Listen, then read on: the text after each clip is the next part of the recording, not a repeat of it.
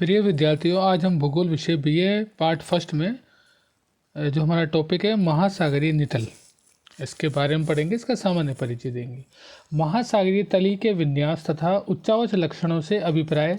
महासागरों में जल के महासागर भी महाद्वीप की भांति प्रथम श्रेणी के उच्चावच है। जिस प्रकार महाद्वीपों पर पर्वत, पठार, मैदान आदि के रूप में धरातलीय विषमता दिखाई गई है, ठीक इसी प्रकार महासागरीय तली पर भी पर्वत, पठार, मैदान, घाटियाँ, गर्त आदि पाए जाते हैं।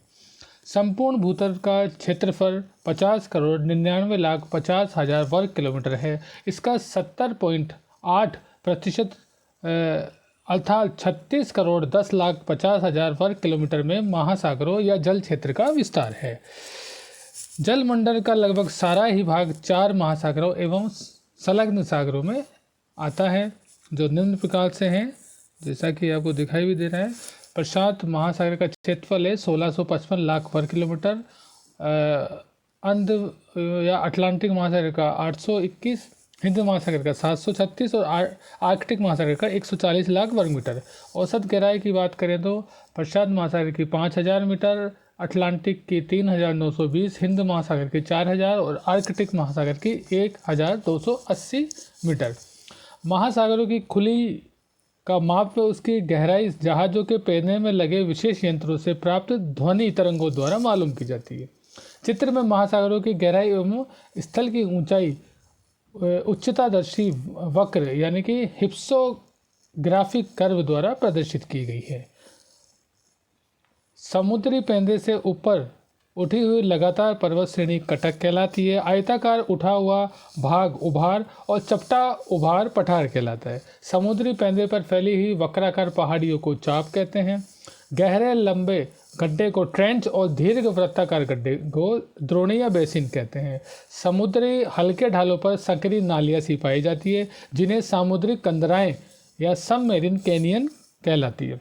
समुद्र में पाई जाने वाली वे पहाड़ियाँ जो बड़ी हो, अलग थलग हो, तो उन्हें समुद्र की उठान कहते हैं। सी माउंट और निमग्न तटीय द्वीप पानी के नीचे डूबी चोटियाँ होती हैं, जो कि समुद्र के तली से प्रारंभ होती है किंतु पानी से ऊपर नहीं पहुँचती। जिन निमग्न द्वीपों की ज्वालामुखी चोटियाँ चपटी होती वे उनको गयोट कहते हैं।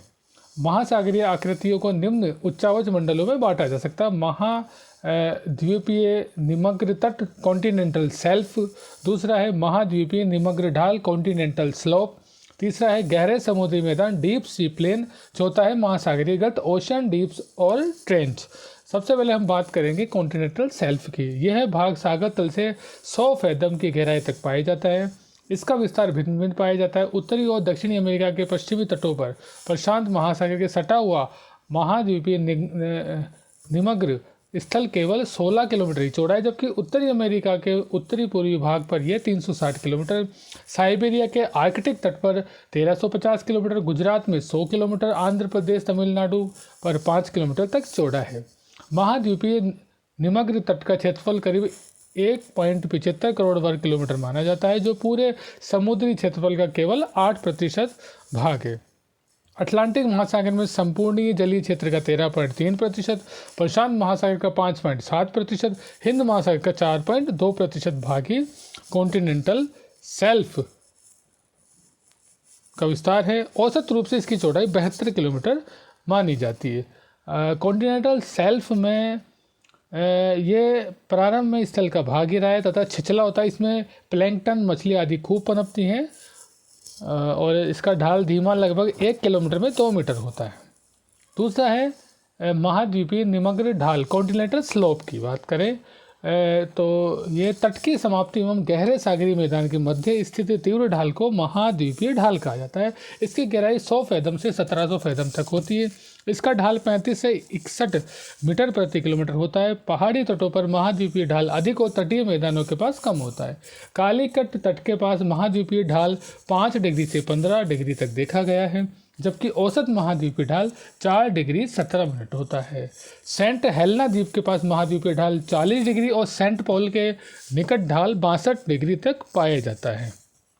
समस्त सागरीय क्षेत्रफल के केवल 85% भाग पर ही कॉन्टिनेंटल स्लोप पाए जाते हैं। हिंद महासागर में 6.5%, अटलांटिक महासागर में 12.4%, प्रशांत महासागर में 7% कॉन्टिनेंटल स्लोप है। अब बात करेंगे गहरे सागरीय मैदान की, डीप सी प्लेन।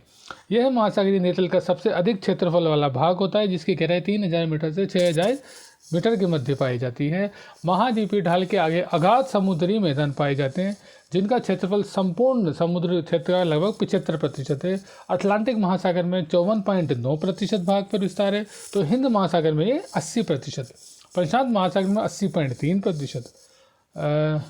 गहरे सागरीय मैदानों पर समुद्री जीवों, वनस्पतियों एवं सारी पदार्थों के जमाव मिलते हैं।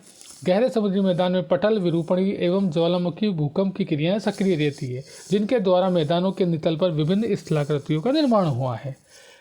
इन गहरे समुद्री मैदानों पर महासागरीय कटक, सी माउंट, खाइयाँ आदि पाई जाती है। अब बात करेंगे महासागरीय गर्त की, ट्रेंच की। महासागरीय नितल पर विभिन्न प्रक्रियाओं से सृजित सर्वाधिक गहरे भाग को महासागरीय गर्त कहा जाता है, जो संपूर्ण सागरीय नितल के 7% भाग पर फैले हुए हैं।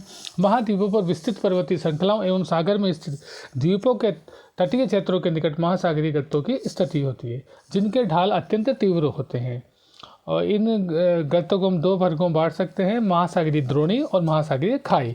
जो गर्त गहरे होते हैं उन्हें महासागरीय गर्त कहते हैं। जो गर्त लंबे, सकरे, अत्यंत गहरे व चापाकार होते हैं उन्हें महासागरीय द्रोणी या ओशन ट्रेंच कहा जाता है। महासागरीय गर्तों की सबसे अधिक संख्या प्रशांत महासागर में 57 गर्त है, जबकि अटलांटिक महासागर में 19। सबसे कम महासागरीय गर्तों की संख्या हिंद महासागर में 6 है। विश्व का सबसे गहरा गर्त चैलेंजर या मैरियाना गर्त है, जो प्रशांत महासागर में फिलीपाइंस के निकट है। इसमें अन्य गर्तों में सुंडा गर्त जो पूर्वी हिंद महासागर में, रोमेस जो दक्षिणी अटलांटिक महासागर में, क्यूराइल, सखालीन, पोर्टरिको पश्चिम द्वीप समूह, स्क्वायर जो उत्तरी पश्चिम प्रशांत महासागर में, और टोंगा तथा चैलेंजर जो प्रशांत महासागर के प्रमुख गर्त हैं। आज हम इतना ही पढ़ेंगे। धन्यवाद।